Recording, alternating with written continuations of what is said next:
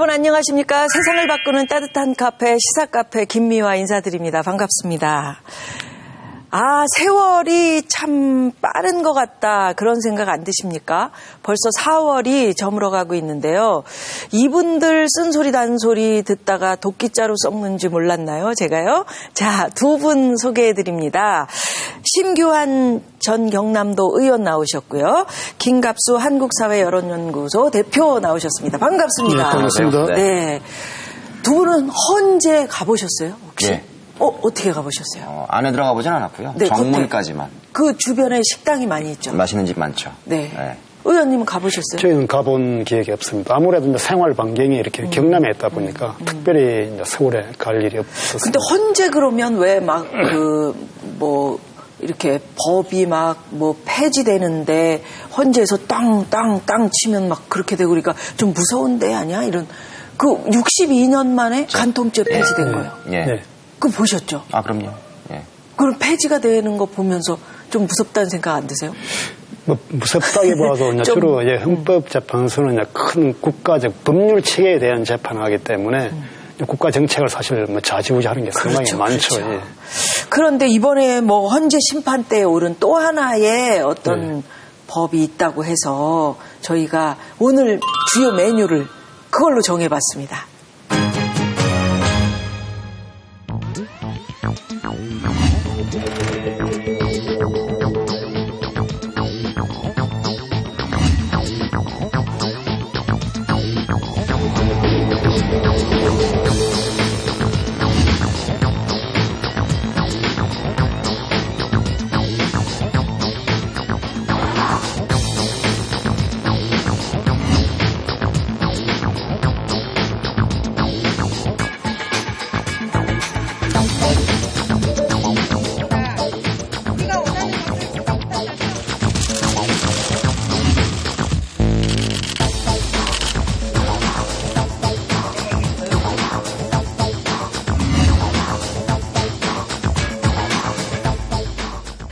성매매 특별법이 위헌이냐 아니냐 이 논란에 이제 불이 붙었는데요. 네. 아마 헌법재판소 안에서 또 공개 변론이 있으면서 더 많이 지금 토론이 활발하게 진행 중인 것 같습니다.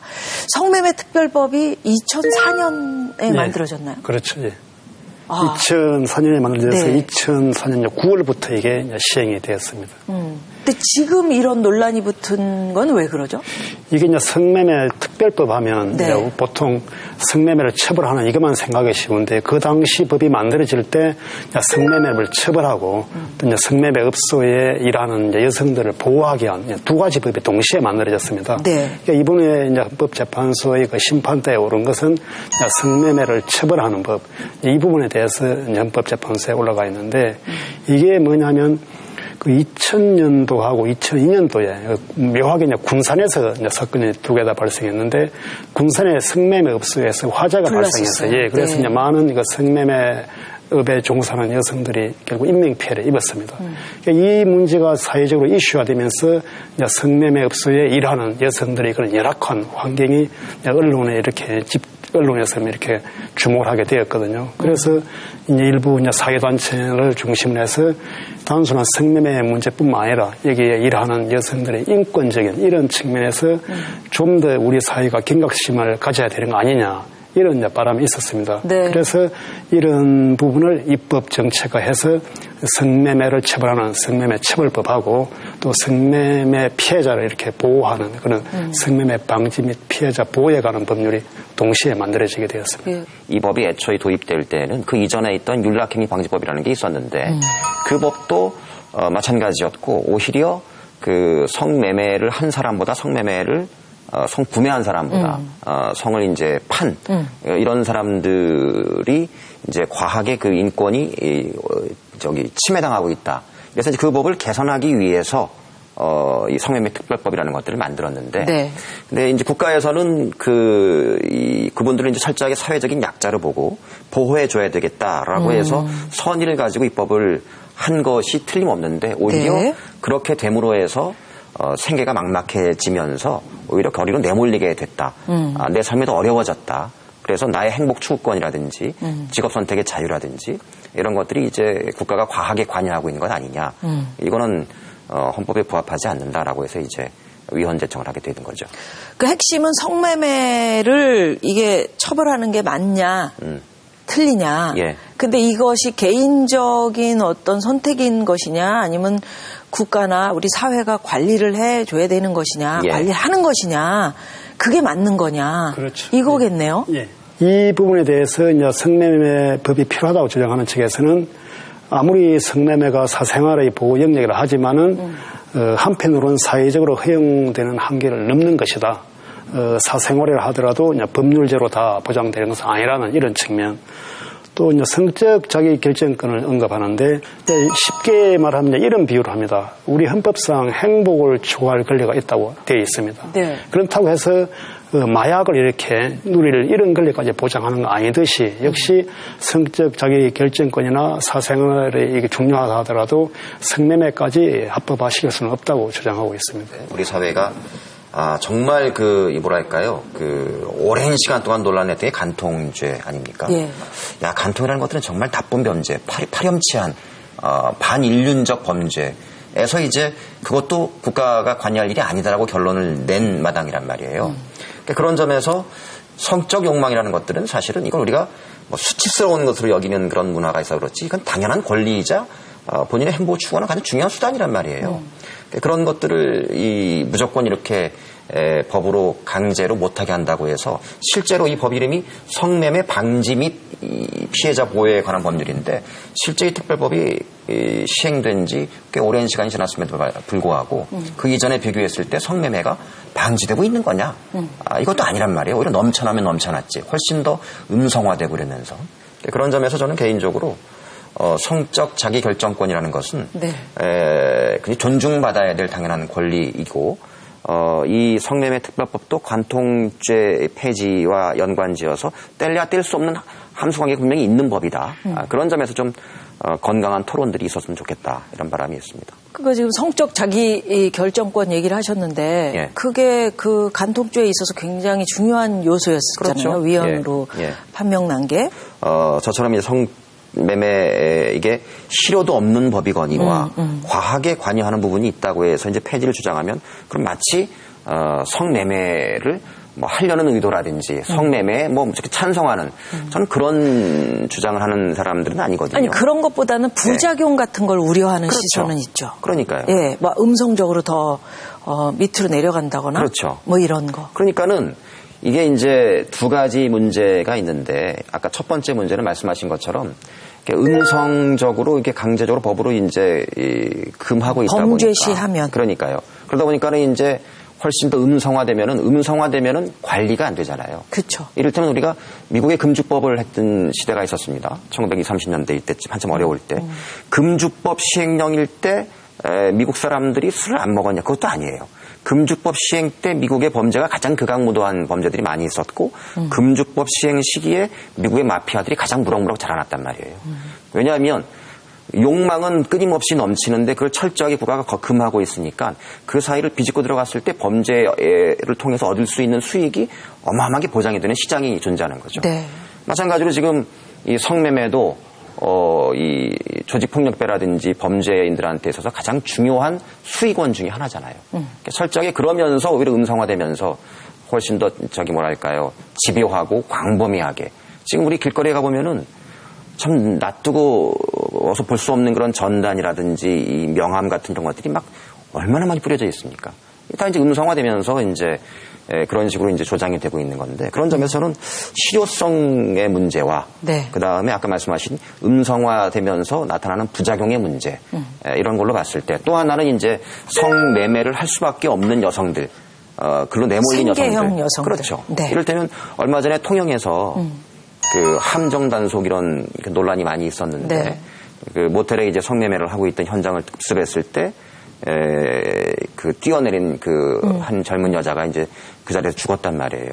근데 알고 보니까는 7살 된 딸아이 하나 키우면서 혼자 키우고 있는 여성이었고 다른 직업을 아무리 찾으려고 해봐도 직업이 구해지지 않아서 결국은 일로 내몰리게 된 그런 분들도 상당수가 있단 말이죠.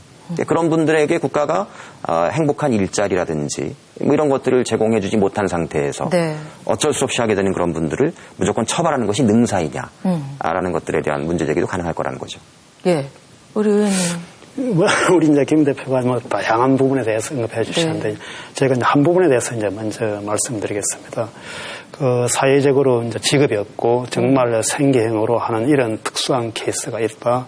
그 다음에 통령의 경우를 한 바가 말씀하시는데, 통령의 경우 같은 경우도 물론 안타깝죠. 그렇지만 이것은 그 단속 과정에 있어서 문제일 뿐이지 그런 논리로 성매매 자체를 합법하자는 근거가 좀 되기는 어렵지 않을까 이렇게 생각하고, 또 다른 특별한 생계 수단이 없는 사람도 있다고 말씀하시는데, 우리가 살기 힘들어서 생계형으로 도둑질을 하는 사람이 있다고 가정해 볼 때, 그렇다고 그런 도둑질을 우리가 이렇게 눈 감아 줄 수 있는가, 이런 부분이 있다는 거죠. 물론 저도 성매매에 관련돼서 이런 특수한 상황, 정말 그분들이 열악한 환경에 있다는 것도 저도 이해 못하는 바는 아니지만은 어디까지나 이것은 그 성 자체를 하나의 상품화하는 거거든요. 성 자체를 상품화하는 것은 결과적으로 이제 헌법이 보장하는 그런 그 기본적 인권이 있습니다. 예를 들어서 네. 인간의 존엄과 가치라는 이 헌법의 기본 이념입니다.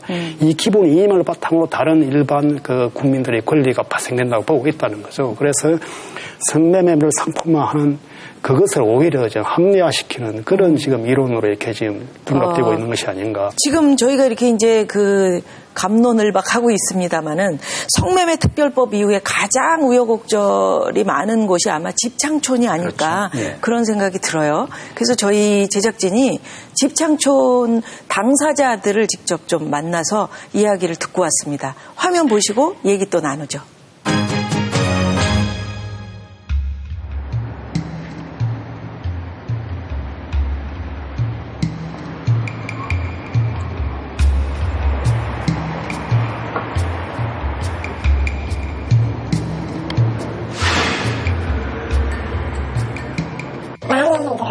왜냐하면 아가씨들이 가장인데 아버지 아픈 분들은 병원비를 대고 또 동생 공부 가르치는 아들 등록금을 내주고 또 어머니 아버지 생활비를 주는 애들도 있고 저 진짜 가장입니다. 한마디로 말하자면 가장입니다. 이 아이들이 좀 생계형 거의 다 그렇습니다. 100이라면은 80, 90은 가장이라고 봐야죠. 그러니 사채도 쓰고 돌려쓰기도 하고 또 벌어가 갚고 오히려 그러면 생활하는 가장의 아가씨들한테는 더더욱 힘이 들고 아주 짓누른다고 봐야죠. 사회가. 그렇다고 이 아이들이 이 생활을 안 할 것도 아니고 오히려 나가면 음성으로 더 나쁜 짓을 할 수도 있는 곳인데 나는 이 나라 정치가 난 이해가 안 가요. 솔직히 말했어요. 차라리 공청을 해주면은 우리 역시도 삶이 힘드니까 여기까지 왔다고 저는 얘기하고 싶어요. 근데 과연 이게 간수가 없앤다고 저희들이 안 할 건 아니거든요. 살아야 되기 때문에.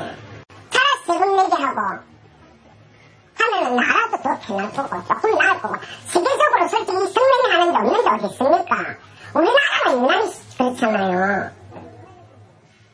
지금 이건 아니라고 생각해요. 제가 지금 여기 종사한 지 8년이 됐거든요. 그래서 저희 밑에 동생들이 둘이 있는데 이제 고등학교 졸업시키고 대학 이제 입학시키고 지금 입학금 생활 생계 유지는 제가 돈을 주고 있는데 그전에는 쉽게 한 달에 200이면 200, 300이면 300 막 이렇게 돈을 내려줬는데 지금은 조금 모자르게 줘요. 그만큼 손님이 줄었기 때문에 버는 것도 그만큼 줄었고 손님들도 자체도 겁을 내요. 단속을 한다고 하니까 들어오지는 않고 음성적인 대로 가는 거예요. 거기는 단속을 안 하니까. 단속을 못 하죠. 여기는 직결되어 있으니까 단속을 하기가 편하니까 이런 무슨 법안이 통과가 되고 무슨 사회적으로 이슈가 된다 하면 이쪽으로만 나와가지고 단속을 하고 음성적으로 들어가 있는데 자기들이 찾을 수가 없으니까 단속을 하지도 못하니까 자꾸 이쪽만 건드리는 거예요. 손님이 없어지고 음성적인 쪽으로 손님들이 자꾸 떨어지고 이쪽으로 손님이 안 오다 싶으니까 집에 달달이 얼마씩 보내줘야 되는데 그 금액이 돈이 안 되고 하다 보니까 우울증을 앓고 약을 먹고 자살하는 친구도 두세 명 있었어요. 그거 보면 정말 안타까워요. 저희가 여성단체하고 손을 안 잡는 이유가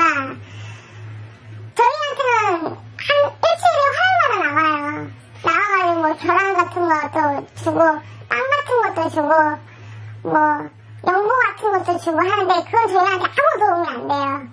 차라리 국가에서 내려주는 돈을 갖다가 한 달에 한 집에 두세 명 아가씨만 도와줘도 그 아가씨들 여기서 손 들고 나가요. 일을 안 해주세요.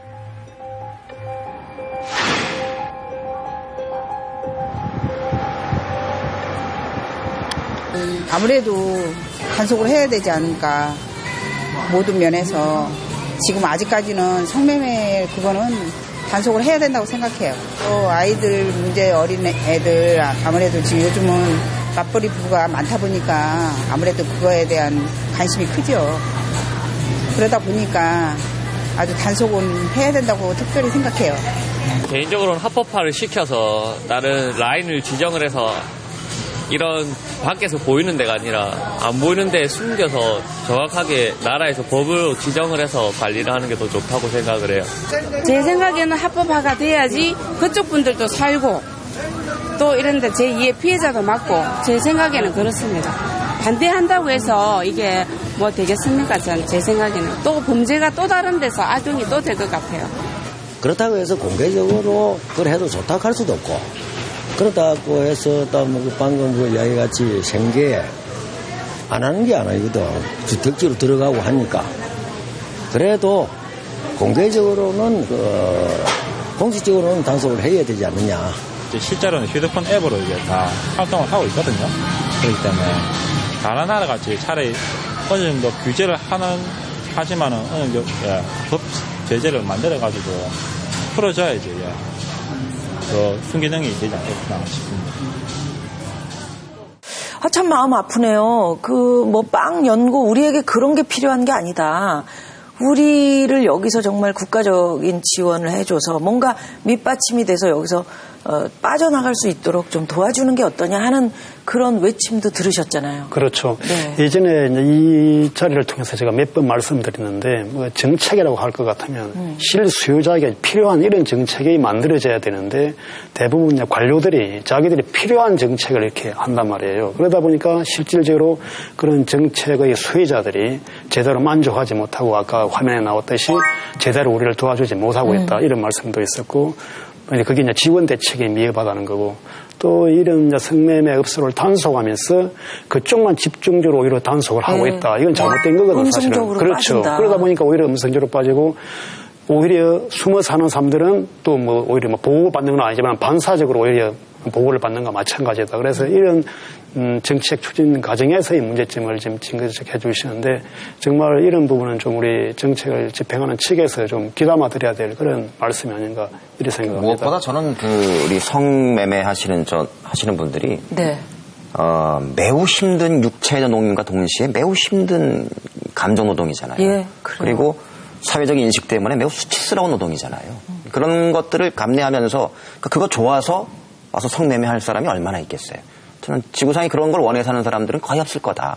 어쩔 수 없이 거기에 올 수밖에 없는데 어쩔 수 없이 왜 거기에 얼마나 많은 사람들이 이 성산업에 종사하고 있는지 우리가 정확한 통계는 알 수 없어요. 그 얘기는 달리 얘기하면 관리가 안 되는 거예요. 네. 관리가 안 된다. 합법화라는 것들은 누구나가 자유롭게 성매매 하라는 얘기라기보다는 저는 관리가 돼야 된다. 그래야 범죄 영역이라든지 음성화돼서 나오는 부작용들이라든지 이런 것들이 컨트롤될 수 있다는 거죠. 국가의 존재 이유는 거기에 있다는 거죠.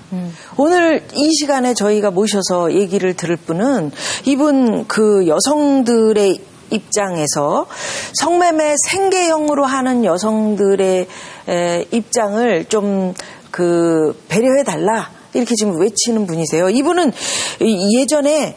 예전에는 그 미아리의 보안관이라고 그래서 들어보셨죠? 그럼요. 대한민국에서 한때 제일 유명한 유명 김강자 전 서울종합경찰서장님 모시고 얘기를 좀 들어보겠습니다. 어서 오십시오. 안녕하세요. 네. 안녕하세요. 오시죠. 들어오십시오. 네. 얼마 전에 헌법재판소에서 막 이야기도 하시고 그게 화제가 됐던데요. 어떤 얘기 하시는 거예요? 네. 사실 이 성매매 특별법에 문제가 엄청 커요. 자, 첫째. 사회적 공론을 거치지 않았어요. 제일 중요한 게 성매매 여성 그리고 현장에서 단속했던 경찰관, 예산 담당자 이런 사람들까지 부르지 않고 처리했는데요. 독일 같은 경우는 예를 든다면 독일 같은 경우는 수년간 성매매 여성의 주장에 의해서 수년간 그 여성들의 목소리를 듣고 공청회에서 국민들에게 알리고 수년간을 그리고 나중에 설문조사까지 했어요. 그래가지고 그 합의를 얻어낸 뒤에 설문조사에서 68%가 풍속을 해야 하는 게 아니다. 선량한 풍속을 해야 하는 거 아니다. 그러면서 그런 합의를 이끌어내가지고 이제 합법을 했거든요. 네. 그런데 우리나라는 그런 거 없이 해버렸어요. 아니 잠깐만요. 예전에는 그 성매매 여성과의 전쟁 뭐 이렇게 선포하고 그러시지 않으셨어요? 그건 이제 이 성매매 이제 그건 2000년이고 제가 네네. 종암에서 일했던 건 2000년인데요. 예. 2000년 이전부터 저는 이 성매매 여성에 대해서 굉장히 혐오와 붕괴를 갖고 있었어요. 아, 예, 왜냐하면 예전에는. 편하게 편하려고 몸 팔아? 이런 식으로 굉장히 참 혐오를 했죠. 그래서 예. 무자비하게 단속했어요. 글쎄요. 그런데 종암경찰서는 우리나라에서 제일 큰 집창촌이었습니다. 네네. 거기 가서 단속을 하다가 보니까. 이 엄청난 여성들의 어려움을 알게 됐어요. 그 어려움에 한 사례를 하나만 들게요. 예. 술주정뱅이 아버지 폭행에 못 견뎌가지고 엄마가 없이 자란 아이인데요. 그래서 가출해가지고 벽돌공장으로 갔습니다. 벽돌공장에 취직을 했는데 이제 여름에는 뭐 라면 같은 거 먹고 그럭저럭 거기서 지냈는데 이제 추워지니까 거기서 견딜 수가 없는 거예요. 그때 그 벽돌 나르는 추록 원전사가 얘를 자기 집 사골세방으로 데려가서 추우니까 여기서 자라. 그래가지고 이 남자가 이 여자를 그냥 동거를 해버린 거죠, 이 여자하고. 그래가지고 만 20세 미만의 남자아이 3명을 낳아버렸어요. 근데 남자가 도주해버렸어요.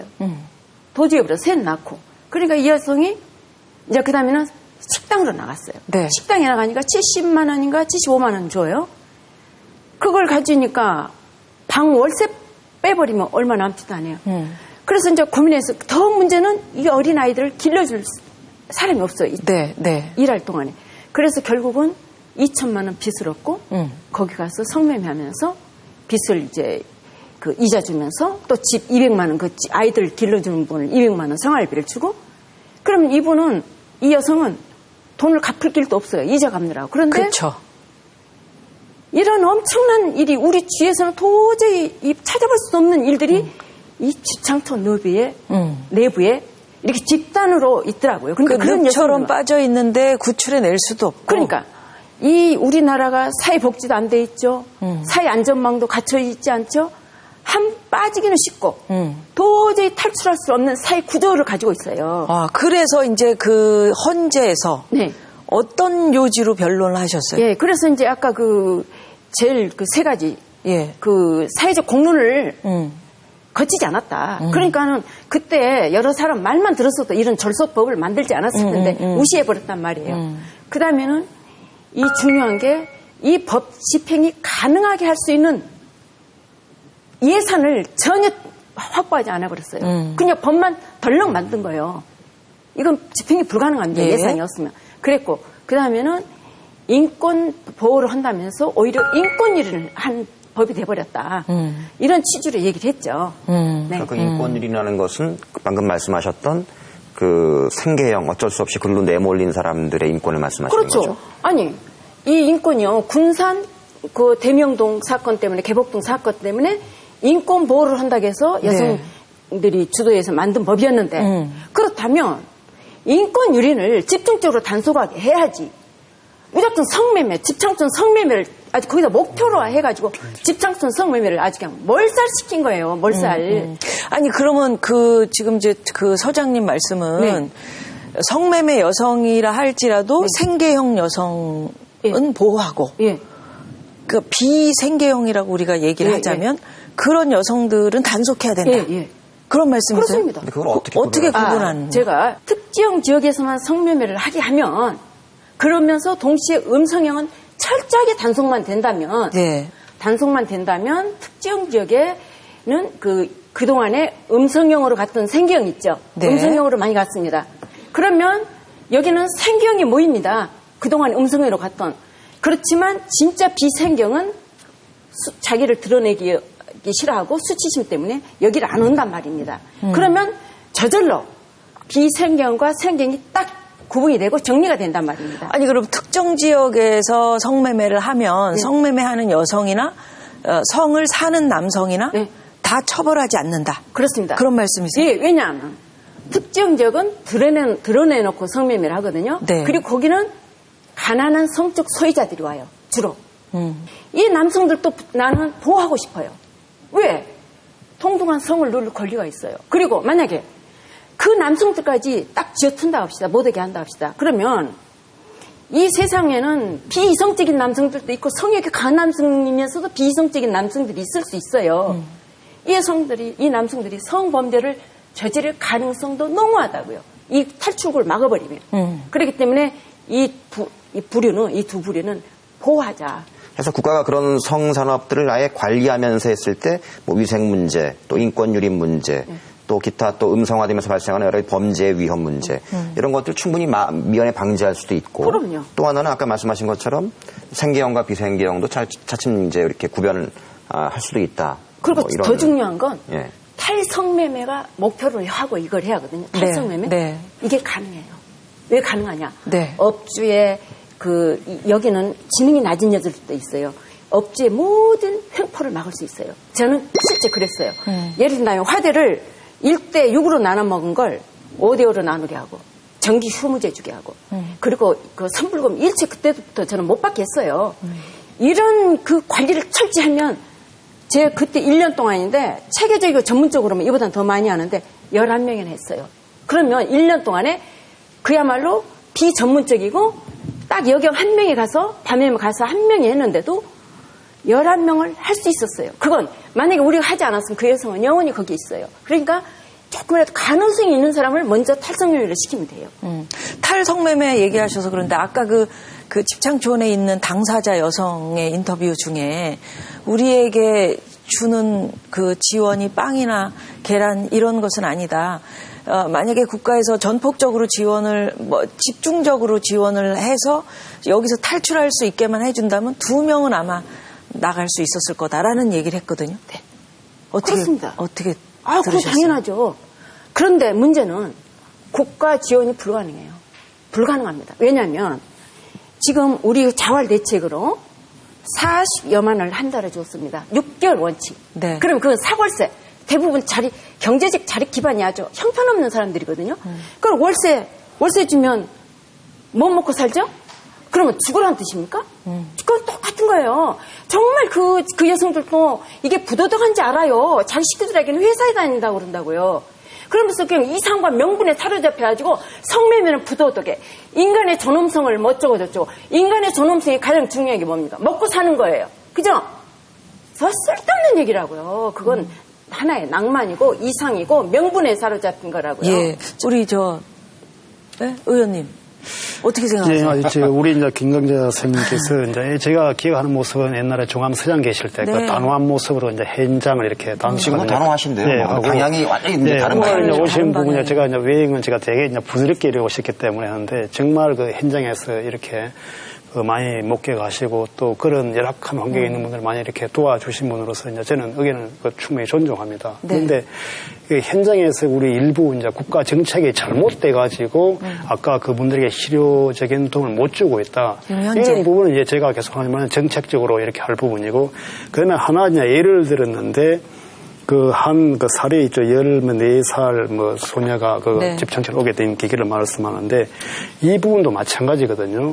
이 부분도 국가 정책이 그만큼 우리가 복지 정책에 누수가 있고 제대로 지금 정책이 실효성 있는 정책이 안 펼쳐지고 있다는 그거에 대한 반증이지 그런 이유만으로 성매매 자체를 합법하기는 우리 사회가 아직도 그걸 수용하기 어렵지 않는가 이렇게 보고 있습니다. 신변님한테 여쭤보고 싶은 게 사례가 현장을 증명하는 거니까요. 그렇죠. 그렇죠? 그러니까 뭐냐면 합법화를 안 시킨다고 해서 성매매가 없어지거나 줄었느냐라는 질문을 먼저 한번 해보고 싶은 거고 얼마 전에 어떤 얘기가 있었냐면은 어떤 분이 그런 얘기 했잖아요. 서울 가면은 지하철역 하나 내릴 때마다 어디 가서도 성매매가 가능한 나라다. 예, 맞습니다. 우리나라가. 예. 사실은 우리가 엄숙하게 얘기하고 막 이렇게 다들 하시는 척해서 그렇지 대한민국이 성매매 천국이라는 건 우리가 다 알고 있단 말이에요. 그러니까 그래요? 쉬쉬하고 있는 것뿐이죠. 예. 예. 천국인 줄은 몰랐는데. 처음에는 그렇게 말씀하세요. 네. 근데 처음 들었습니다. 그런 것들을 말씀하신 것처럼 합법한 일, 이거 불법이다라고 법이 규정해 놨다고 해서 우리가 지금 그런 것들이 이루어지지 않고 있는 거냐,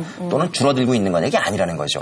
그 음성화된 속에서 싹트고 있는 범죄와 인권 유린과 또는 그런 면에서 국가가 그 젊은 분들과 이런 분들에게 제대로 된 일자리와 사회 안전망, 또는 뭐 미혼모라든지 성폭행 당한 분들, 이런 분들에 대한 사회적인 인식 제고라든지 뭐 이런 것들이 안 하고 있으니까는 여전히 우리가 성매매의 천국이며 동시에 해외 입양을 제일 많이 하는 나라란 말이에요. 네.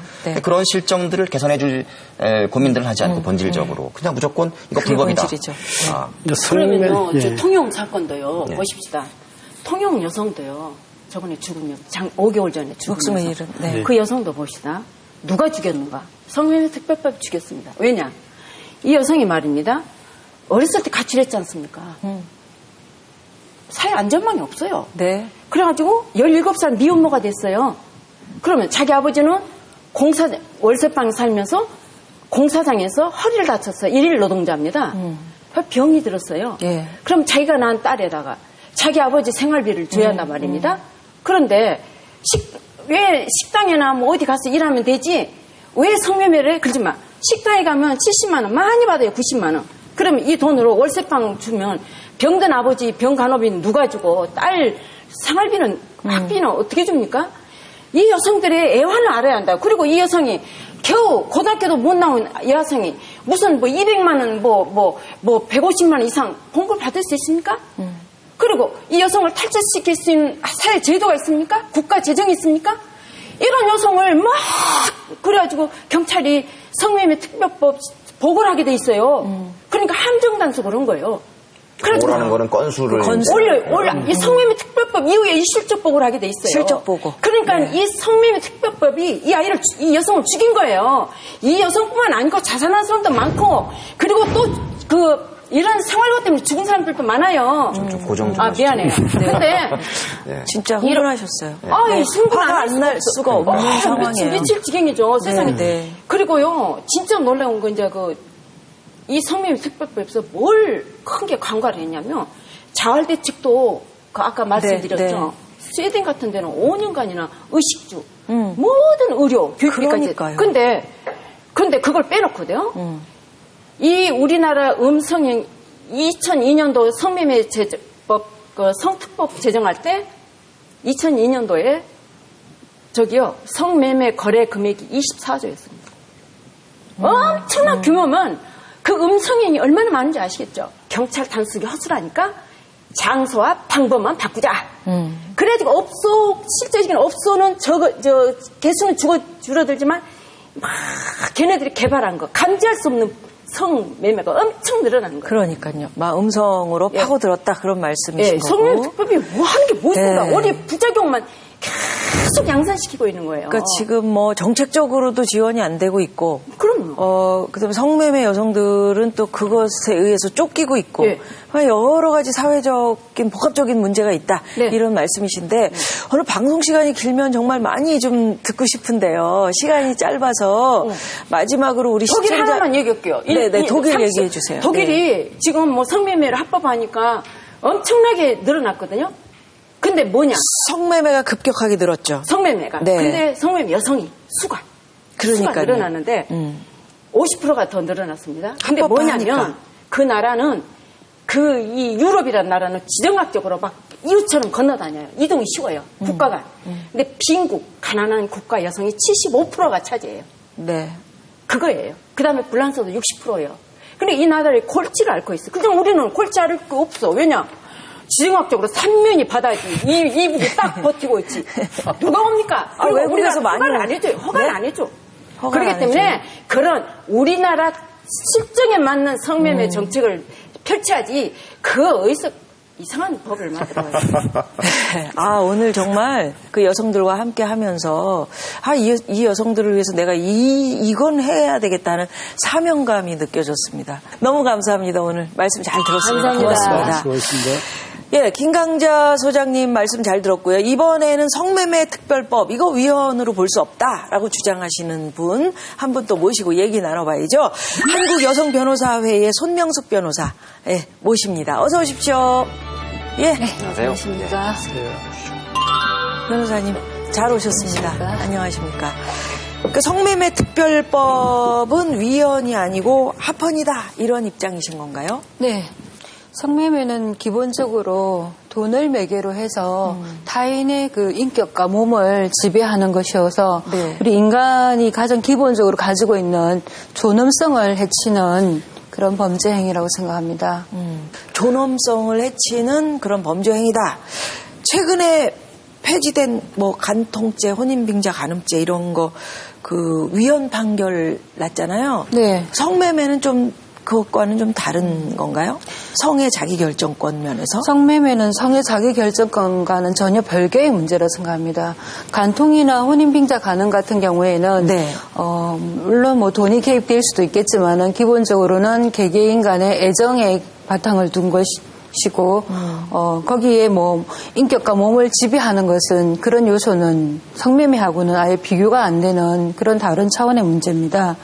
그리고 흔히 이제 성매매의 경우에는 물론 개별적으로 성매매를 하는 사람도 있겠지만은 대개는 알선하는 사람, 포주, 또 소개하는 사람, 그리고 거기에 부동산과 자금을 제공하는 산업형으로 되어 있습니다. 개별적으로 애정의 문제가 아니고 그것을 이용해서 돈벌이를 하려는 그런 세력들이 개입이 되어 있고 거기서 주로 성을 파는 역할을 하는 여성들은 착취의 대상이 되고 있습니다. 네. 그러니까 성을 팔든 구매를 하든 이 사람들은 처벌의 대상이 돼야 된다.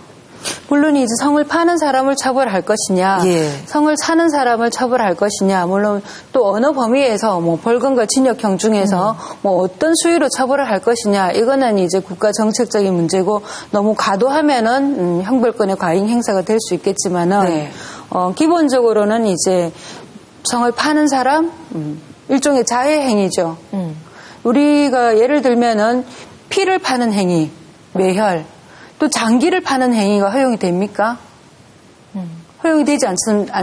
그렇죠. 자기 몸에 있는 피와 자기 몸에 있는 장기를 내 마음대로 왜 못 파냐라고 할 수 있겠지만은 팔 수 없고 팔면은 처벌하게 되어 있고 다만 돈과 관련 없이 기증하는 건 허용이 되고 있습니다. 내 몸을 파는 거. 네, 내 몸을 파는 거는 나의 동의가 있었다 하더라도 근데 나의 동의라는 것이 진정한 뭐 어떤 자발적인 동의 이런 건 아니죠.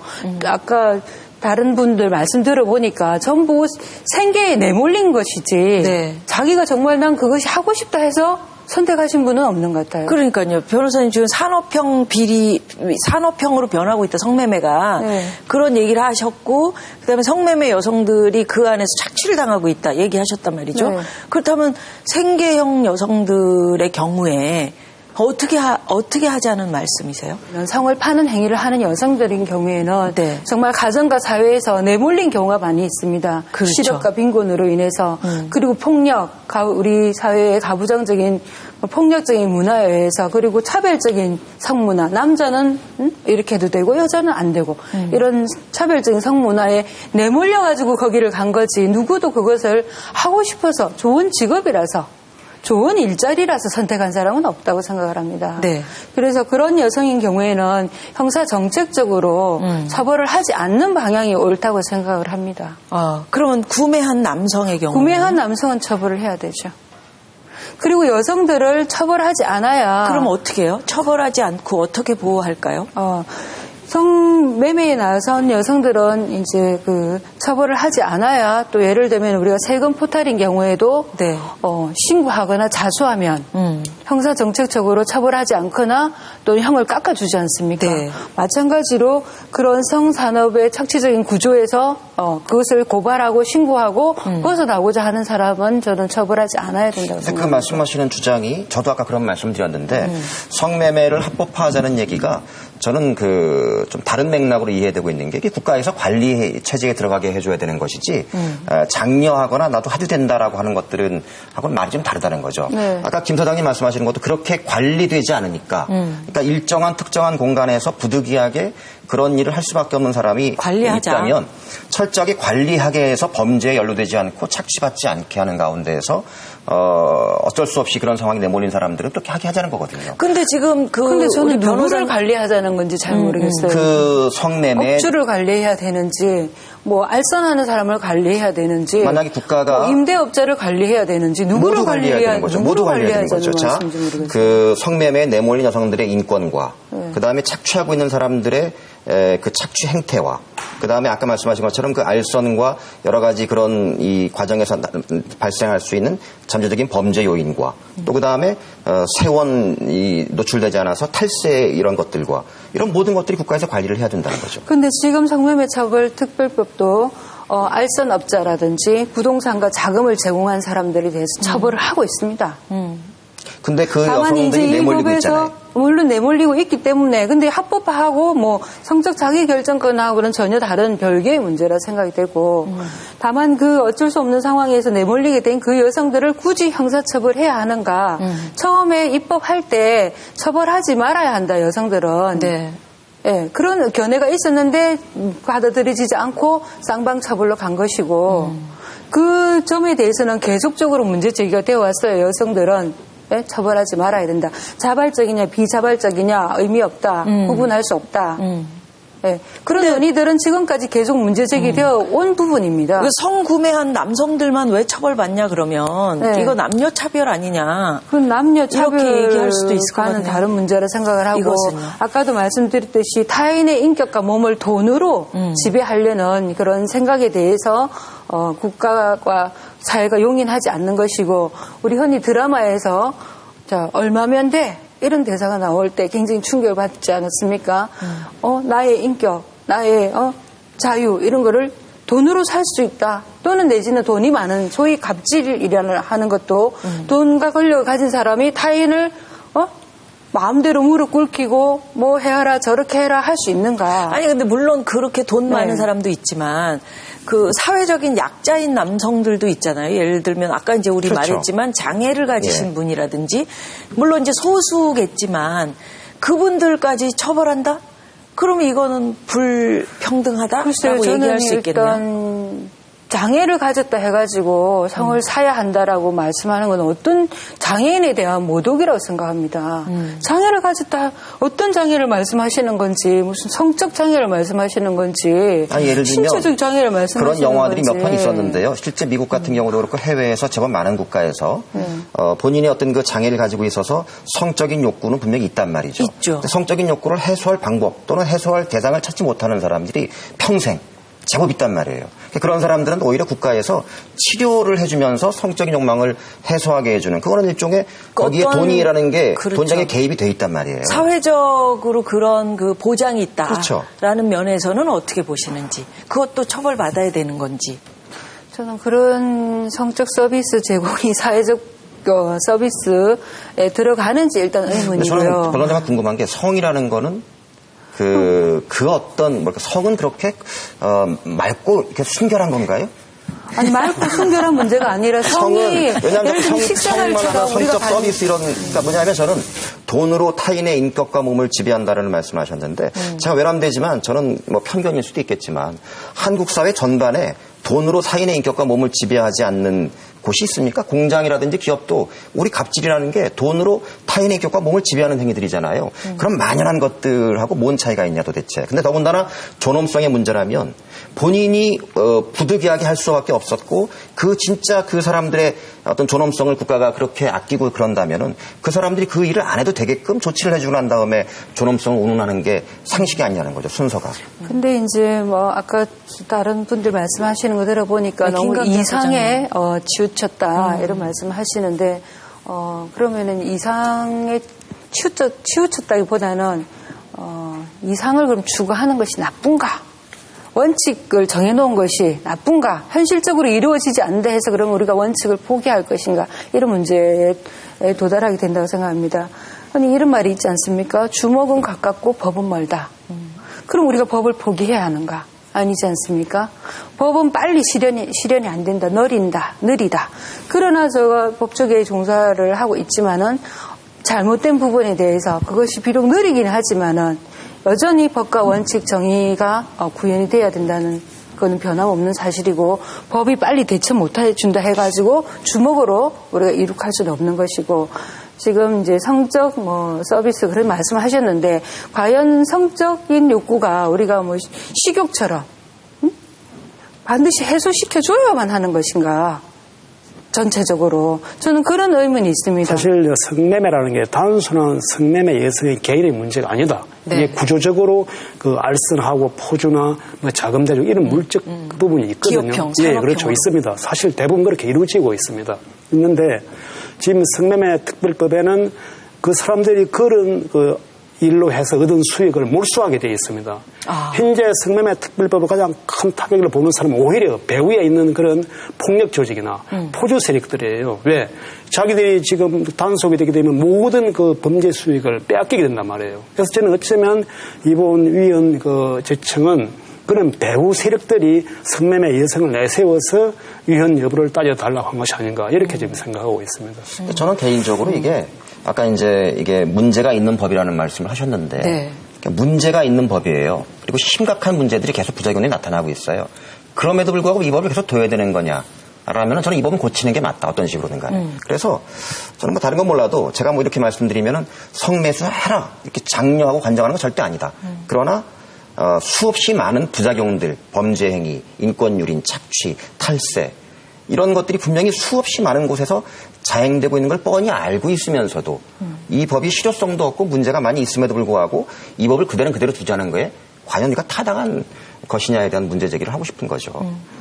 손명숙 변호사님이 마지막으로 한 말씀 좀 마무리 겸 해주시죠. 말씀 드리고 싶네요. 예를 들면 우리 청소년인 경우에 청소년이 성을 팔거나 청소년의 성을 사는 행위에 대해서는 청소년 성보호법으로 처벌을 하고 있습니다. 네. 청소년인 경우에는 청소년이 성을 파는 행위를 할 때 처벌하지 않습니다. 왜 처벌하지 않겠습니까? 청소년이 성을 팔았는데 청소년이냐 청소년이 아니냐의 차이가 있습니다. 근데 그건 처벌하지 않는 거거든요. 그럼 그 청소년이 잘해서 처벌하지 않겠습니까? 형사정책적으로 청소년은 처벌하지 않는 것입니다. 성매매 여성도 마찬가지 아무런 처벌을 받지 않을 수도 있고 보호 처벌을 받을 수도 있습니다. 이렇게 이제 우리 법은 기본적으로 성매매를 하는 여성에 대해서는 보호를 전제로 하고 있습니다. 네. 그 다음에 실효성이 없다는 말씀은 저는 인정할 수가 없습니다.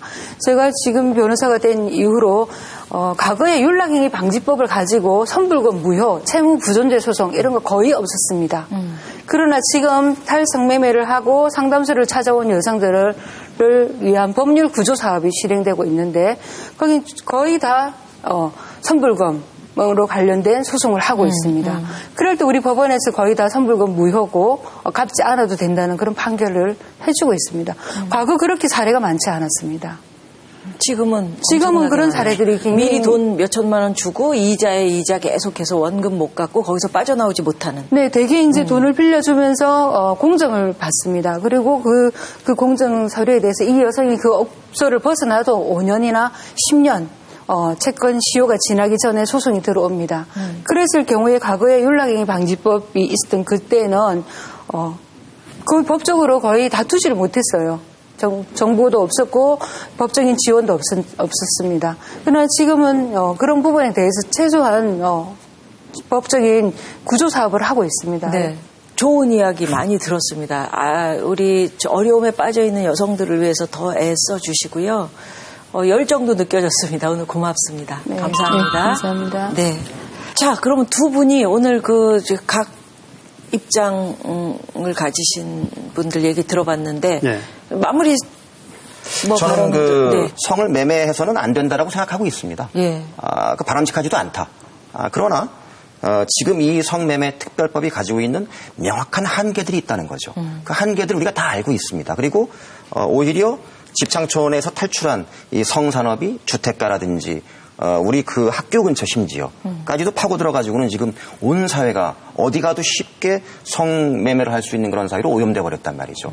이러지 말고 철저하게 국가가 관리해서 부당한 일들이 벌어지지 않게끔 만드는 것이 오히려 이 성매매 산업을 근절 마지막까지는 최후에 갈 수 있는 지름길이 아니냐. 그것이 대안이다. 그렇죠. 그럼 대안을 좀 주세요. 의원님? 뭐가 있을까요? 저는 근본적으로. 말씀하시는 이제 손 변호사님 생각에 거의 공감을 하고 있습니다. 이게 현실적인 측면이나 법률 정책적 측면에서 합법화하기는 어렵고, 다만 이제 형사 정책적 측면에서 성매매자를 이렇게 처벌하는 것은 맞다. 다만 이제 성을 이렇게 매매하는 여성들의 그 특수한 이런 상황을 참작해 볼 것 같으면 형사 정책적으로 뭐 처벌하지 않든지 아니면 처벌을 하더라도 감경하든지 이런 필요성이 있다고 보고 있습니다. 오늘 아주 뜨거운 토론이었습니다. 두 분 말씀도 감사합니다. 예, 고맙습니다. 수고하셨습니다.